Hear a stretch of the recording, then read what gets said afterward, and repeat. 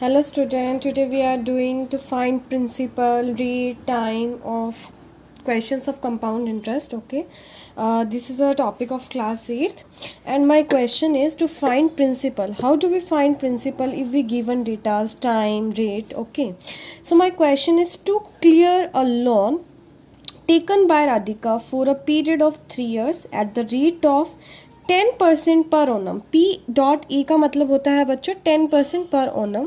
आपको दे रखा है compounded annually. She had to pay a sum of 79,860 rupees at the end of 3 years. Find the sum of money borrowed by her. मतलब बच्चों इसने बोला है कि आपको 3 years के लिए 10% की रेट से कंपाउंड एनुअली दे रखा है. कंपाउंड एनुअली दे रखा है तो हमें पता है हमारे पास एक फॉर्मूला होता है अमाउंट निकालने का, principal into 1 plus R upon 100 की पावर टी. ओके स्टूडेंट, अब इसने बोला है 3 years के बाद आपको एंड में ये मिलता है तो दैट इज कॉल्ड अमाउंट, क्योंकि आपको लास्ट में ये मिल रहा है तो अमाउंट मिल रहा है वहां पर. तो बच्चों आपको अमाउंट कितना दे रखा है यहाँ पे 79860. ये आपकी क्या दे रखी है बच्चों, अमाउंट दे रखी है.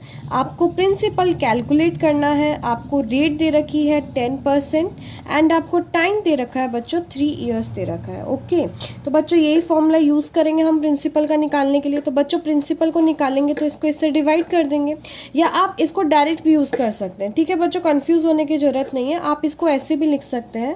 प्रिंसिपल इक्वल टू ये अपॉन में आ जाएगा ए अपॉन में 1 प्लस आर बाय 100 की होल पावर टी. तो बच्चों अमाउंट कितना है 79860 और आपके पास ये कितना है 1 प्लस 10 बाय 100 की होल पावर 3. तो बच्चों देखो 0 से 0 आपका कैंसिल आउट हो जाएगा. तो प्रिंसिपल होगा 79860 इंटू आपके पास 1 है, ये हो जाएगा आपका 11/10 का होल क्यूब हो जाएगा. तो बच्चों जब ये आपके पास ऊपर जाएगा न्यूमरेटर में तो इसका क्या हो जाएगा बच्चों, रेसिप्रोकल हो जाएगा. तो रेसिप्रोकल होने के बाद आपको क्या रिजल्ट देगा, ये 10/11 इंटू 10/11 इंटू 10/11. बच्चों 11 की टेबल से कट जाना चाहिए. 11 7 ज़ा 77, 28 एंड 2 ज़ा 60.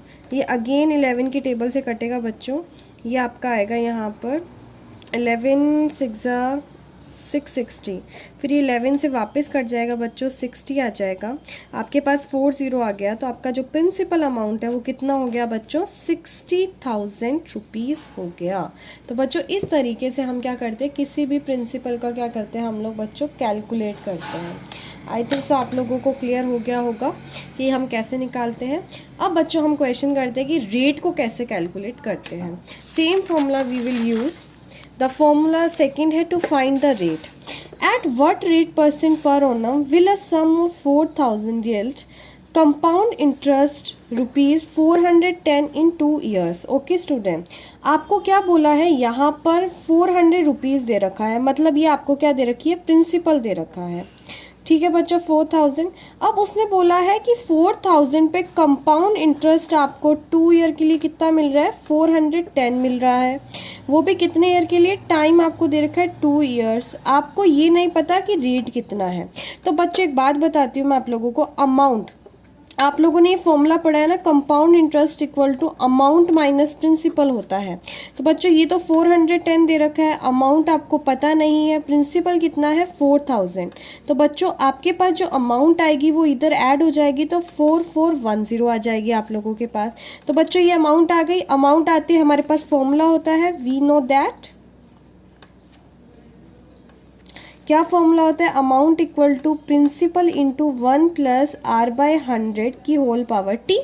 आपके पास ये होता है, आपको यहाँ पे अमाउंट कितना लिखना पड़ेगा 4410. प्रिंसिपल आपका 4000 है, 1 प्लस रेट कितना है बच्चों, आपका रेट निकालना है तो आर बाय 100. आपके पास टाइम कितना दे रखा है, 2 years दे रखा है. ओके स्टूडेंट, तो यहाँ पर देखो सबसे पहले ये चीज़ जब मल्टीप्लाई में होती है तो यहाँ डिवाइड आता है 4410 अपॉन 4000 हो जाएगा. 1 प्लस आर बाय 100 का होल स्क्वायर हो जाएगा ये वाला. अब देखो बच्चों 0 से 0 कट गया यहाँ पर.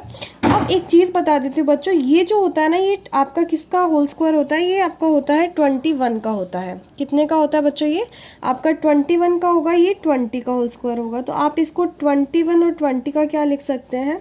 होल स्क्वायर लिख सकते हैं आप लोग यहाँ पर। और ये हो जाएगा आपका 1 + r/100 का होल स्क्वायर। ठीक है बच्चों, तो आप लोगों ने एक चीज़ पढ़ी होगी कि बच्चों जब पावर्स आपकी सेम होती है ना, तो अंदर वाले फंक्शन को हम कंपेयर कर सकते हैं। हमेशा बच्चों जब कभी भी आपको टाइम निकालना होता है ना, तो इधर अगर आपका स्क्वायर है तो ये भी किसी का स्क्वायर बनेगा।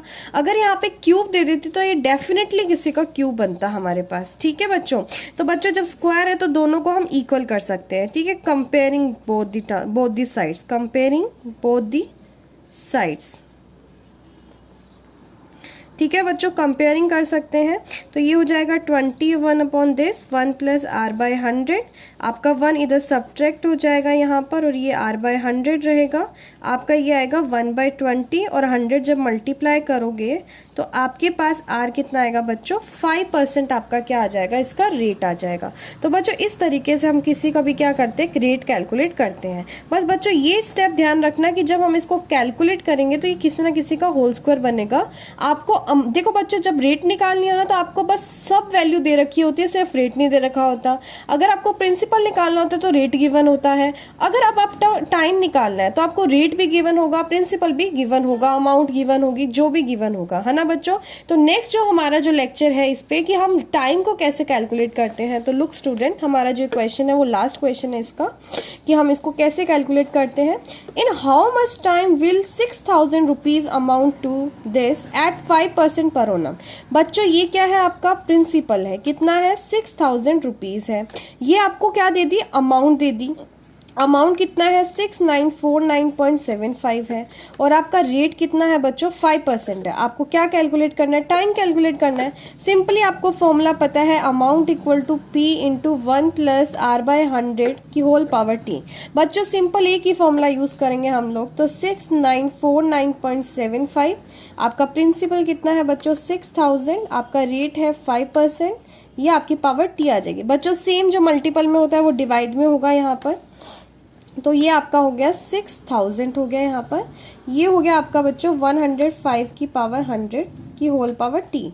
बच्चों जब आप इसको कट करेंगे तो 00 आएगा आप लोगों के पास।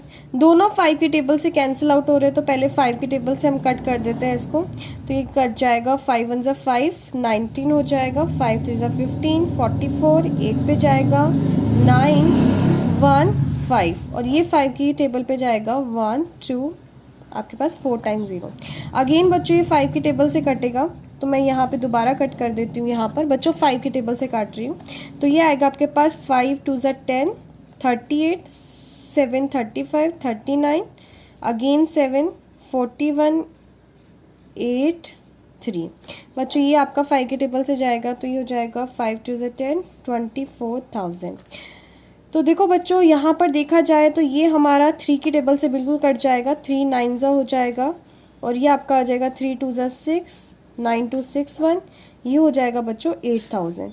तो बच्चों 9261 अपॉन 8000 इक्वल टू, आपको जो बच्चों इसको काटोगे 21/20 आएगा, इसकी होल पावर t आएगी। बच्चों जब आप इसको कैलकुलेट करेंगे ना, तो आपके पास 21/20 का होल क्यूब बनेगा, और ये 20/20 के होल पावर t। बच्चों मैंने आपको पहले बताया था, यहाँ पर जितना होगा सेम अंदर रेशो उतना ही आएगा। आप चाहे इसका क्यूब करके देख लेना, ये आपका क्यूब बनेगा। अब आप सोच रहे होंगे हमें क्यूब याद कैसे रहेगा। तो बच्चों थोड़ा बहुत आप लोगों को 8th क्लास में हो गए, तो थोड़ा बहुत आप लोगों को याद होना चाहिए, या फिर आप देख लेना, ये हमेशा जो यहाँ पर 21 लिखा है, 11 लिखा है, ये उसी के फैक्टर्स होते हैं। तो बच्चों जब हम कंपेयरिंग करेंगे, कंपेयरिंग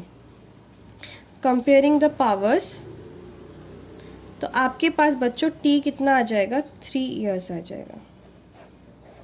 ये आपका क्या हो जाएगा बच्चों? आंसर हो जाएगा। तो ऐसे कैलकुलेट करते हैं बच्चों हम रेट और उसको, टाइम, प्रिंसिपल और इनको।